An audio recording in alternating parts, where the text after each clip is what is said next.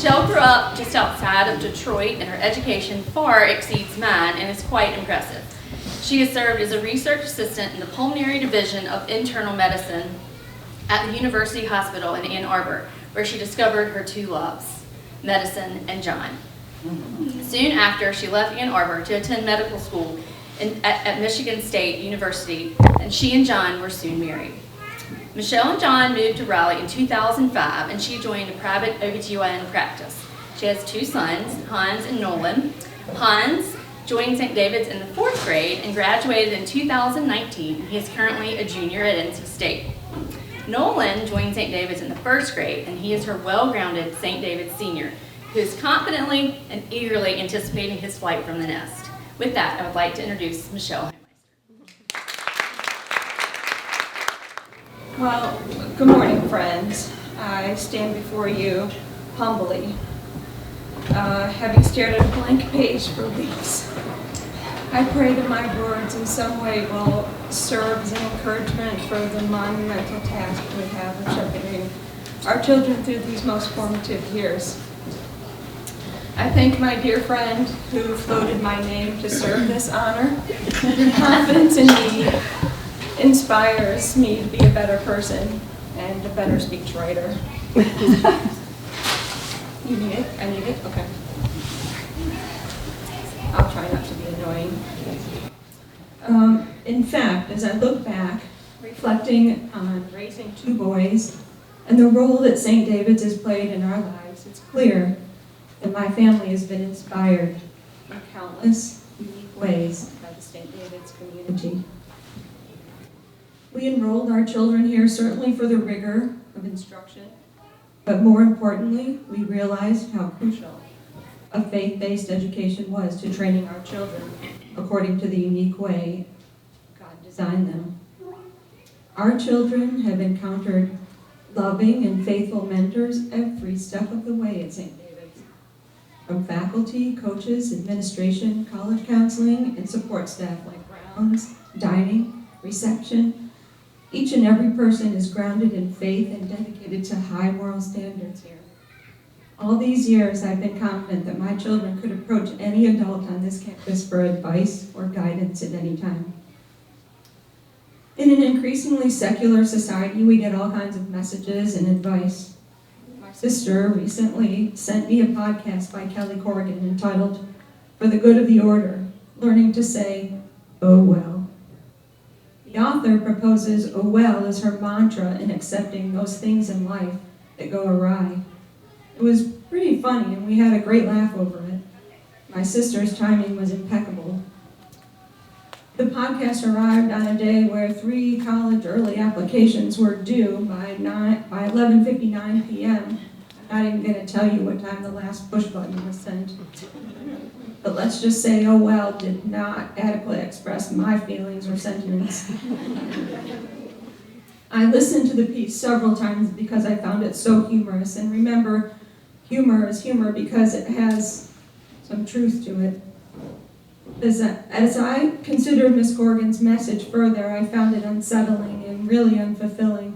Certainly "oh well" has and could never be the accepted mantra at St. David's. Instead, I bet most would endorse a more earnest prayer. "Your will, Lord, not mine." Or perhaps, "For your glory, God, not mine."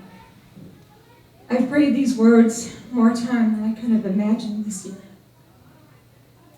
Of course, it's been easy to see God's will in the favorable, in good grades, in accolades, in awards, in winning teams and polite children, in being understood when justice is served and when grace abounds. When my husband brings home dinner from Bella Monica so no cooking is needed. But as we all know ever so acutely, our children do not always follow in the way they were trained, and neither do we for that matter. What happens then? What about when the grade is less than expected, when the team has a rock bottom year, when friends are demeaned, when no one wants to understand you, when justice seems to be distorted and grace is hidden? It's difficult to see God's plan in these instances, but I would propose that St. David's is the best place to grapple with life's difficulties. Because I know we all aspire to please the Lord, and oh well just doesn't cut it. We're willing to help each other seek the truth and keep the faith. When we disagree, we're willing to ask critical questions. Are my motivations for His will or mine? Are my desires for His glory or my own? This litmus test usually brings me to my knees. It sets my priorities straight. How amazing is it that I can count on my fellow SDS community for faithful support. Let me close by sharing with you my observances of St. David's influences beyond graduation. My oldest son, Hans, and his 3 St. David's best buddies went off to college together 3 years ago. They joined the same fraternity, and while they've expanded their circle of friends, they've remained very close. 3 of the 4 of them have experienced unusual heartbreak and tragic loss since graduation. But these boys have handled their trials with virtues instilled at St. David's, namely courage and steadfast faith.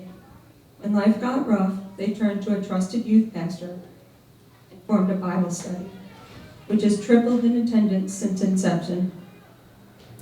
I've detected these boys reaching back to the wisdom of trusted St. David's mentors, the likes of Sarah Jane Keegan, Dr. Carricker, Esther Antio, Todd Van Helms, Dan Casey, to name only a few.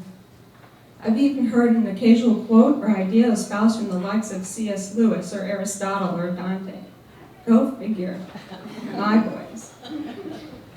This summer, in the midst of a devastating family tragedy, I witnessed my son confidently stand up and defend his God against the prevailing utter hopelessness and godlessness professed by his peers. God is indeed good, and the Holy Spirit is ever present. Here.